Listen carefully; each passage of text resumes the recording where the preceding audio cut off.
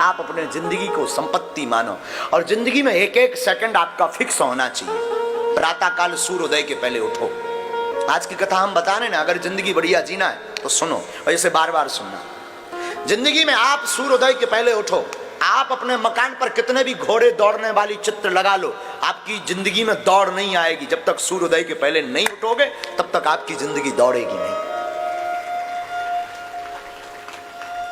उगता हुआ सूर्य का चित्र लगाने से, टोटका करने से आपके जिंदगी में उजाला नहीं आएगा। जब तक अपने वर्क को पाने के लिए, संकल्प को, लक्ष्य को पाने के लिए घोड़ों की भांति दौड़ोगे नहीं और उगते हुए सूर्य के पहले उठोगे नहीं, तब तक आपके जीवन में उजाला नहीं आ सकता है। इसलिए सुबह सूर्योदय के पहले उठो। उठ करके सबसे पहले आप अपने दोनों हाथ लो ऐसे, और ऐसे हाथों को दर्शन करो। ऐसे प्रातः काल उठे, ऐसे मलो और ऐसे दर्शन करो। कराग्रे वसते लक्ष्मी, कर मध्य तु सरस्वती, कर मूले तु गोविंदा, प्रभाते कर दर्शनम। प्रातः काल आप अपने हाथों की रेखाओं को देखो, मल करके अपने नेत्रों में लगाओ। सबसे पहले भूमि मां को प्रणाम करो, पैर नीचे रखने के पहले। ये पुरानी परंपरा है, क्योंकि भूमि पर कितना भार नहीं। धरती हमारी मां है। धरती खदान है, रत्न देती है, अन्न देती है, हमको रखती है। तो भूमि को प्रणाम करो। इसके बाद उठ करके अगर स्नान कर सको तो बहुत अच्छा, स्नान करो। सूर्य भगवान को अर्घ दो। सूर्य इस संसार के जागृत देवता है, प्रत्यक्ष देवता। और सूर्य को अर्घ देने से वैज्ञानिक तथ्य भी है कि विटामिन डी की कमी नहीं होती। तो आप सूर्य भगवान को अर्घ दो। इसके बाद अपने इष्ट को, माता पिता को प्रणाम करने के बाद, गुरु को प्रणाम करने के बाद अपने इष्ट के लिए हनुमान चालीसा, दुर्गा चालीसा, काली चालीसा, भैरव चालीसा, जो भी आप पढ़ते हो पढ़ो। गुरु माला मंत्र ले रखा तो माला लो और मंत्र जाप करो। आपके बज गए 8 बजे कुछ भगवान को प्रसाद लगाओ और फिर खुद कुछ पाओ। योग व्यायाम आदि करके कुछ पाओ, टहलो। इसके बाद लगभग 10-11 बज गए। आप अपने काम के लक्ष्य पर ध्यान।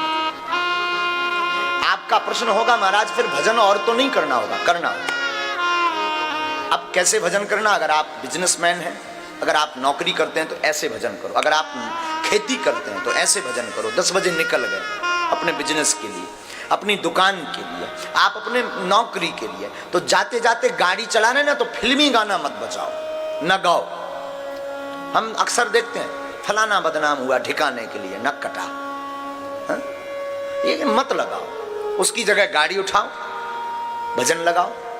राम नाम जो गुरु मंत्र है वो मन ही मन जप करना प्रारंभ करो। चलते फिरते उठते बैठते श्वास को व्यर्थ मत गवाओ। कोई काम कर रहे, माताएं घर पे रहती हैं, रोटी बना रही, रोटी बनाओ। एक रोटी बनाई, सीताराम। तवे पर रखो, सीताराम। चूल्हे में लगाओ, सीताराम। बर्तन में रखो, सीताराम। 4 बार सीताराम का जाप भी हो गया और एक रोटी तैयार भी हो गई। फिर वो रोटी खाना नहीं, फिर वो रोटी प्रसाद बन जाएगी और प्रसाद जो भी पाएगा प्रभु को पा जाएगा।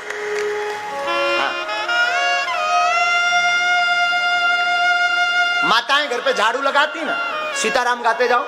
कोई भगवान का गीत, भगवान के गुणानुवाद, स्तुति, वेद स्तुति, मंत्र, कोई बहुत बड़ी महिमा, कोई सुंदर सा भगवत भक्ति गीत गाओ, झाड़ू लगाओ। क्या फायदा होगा? झाड़ू में बहुत छोटे छोटे चींटी, चींटा, बहुत छोटे छोटे जीव मर जाते हैं। उनका पाप आपको जो भोगना पड़ता है, उस पाप से आप बच जाएंगे। भगवान का भजन हो जाएगा, घर भी साफ होगा और मन भी साफ होगा। घर भी साफ होगा, मन भी साफ होगा। रात्रि हो गई आपकी, रात्रि काल संध्या में आप आओ, संध्या में हाथ मुंह धो। संध्या के समय न भोजन करना चाहिए, न देहरी पर बैठना चाहिए। ध्यान दे दें, घर में अगर आप चिर स्थायी काल तक लक्ष्मी को रखना चाहते हैं, घर में अगर अलक्ष्मी का वास नहीं करवाना चाहते हैं, तो ये बात गांठ बांध लें। अगर आपके घर में लड़ाई होती है तो ये कारण हो सकता है। अगर आपके घर में पैसा नहीं रुकता तो ये कारण हो सकता। क्या आप अपने घर में संध्या काल को या तो झाड़ू लगाते होगे, या संध्या काल में भोजन करते होगे, या संध्या काल में भोग मैथुन्य कर्म करते होगे, अथवा संध्या काल में आप देहरी पर बैठ कर के रो रहे होगे। 4 काम वर्जित हैं। दरवाजे की देहरी पर संध्या काल में मत बैठो, संध्या काल में भोजन मत करो, संध्या काल में आप मैथुन्य कर्म भोग मत भोगो, अवासना युक्त मत रहो, संध्या काल में आप रो मत, कलेश मत करो। क्यों? संध्या काल में भूत भावन महादेव अपने गणों के साथ पृथ्वी पर विचरण करते हैं, और जिस घर में ये 4 चीजें होती दिखाई पड़ती हैं, भोले बाबा उस घर से अपनी कृपा को दूर कर देते हैं। लक्ष्मी जी घर छोड़ करके भाग जाती हैं और कुलच्छनी का वास घर में हमेशा के लिए हो जाता है।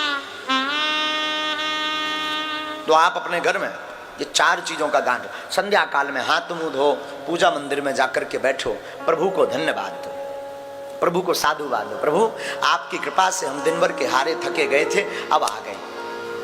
और थके हुए होते ना शाम को, लगभग ज्यादातर लोग थके हुए होते। हाँ जी है ना जी, बोलो ना, थके हुए होते ना। एक बात सुनो, आराम किस किस को चाहिए जीवन में? हाथ उठाओ,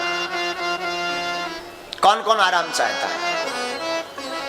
बोलो ना, हाँ जोर से बोलो। बड़े कंजूस हो, जोर से बोलो ना, पैसा थोड़ी लगता। अच्छा, आप आराम चाहते ना, आराम की तलब है तो एक काम कर, आपको अगर आराम की तलब है, एक काम कर, आ राम की शरण में राम राम कर।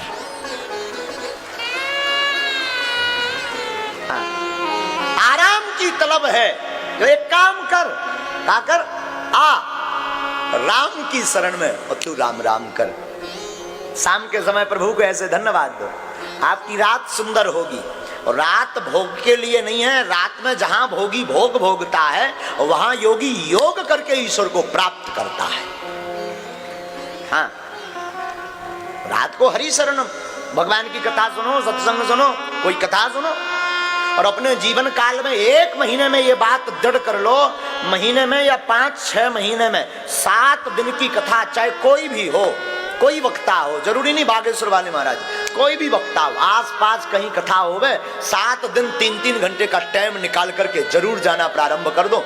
महीने में एक बार या 2 महीने में एक बार, 5 महीने में एक बार 7-7 दिन की कथा सुनने लगो, तुम्हारा लाड़ गोविंद के चरणों में हो जाएगा, और गोविंद भी तुम्हें जन्म जन्म तक नहीं छोड़ेंगे।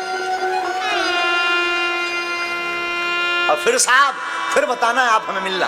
आप ऐसे जीवन जीना प्रारंभ करो। सा जीवती गुणो यस्य धर्मो यस्य सा जीवती।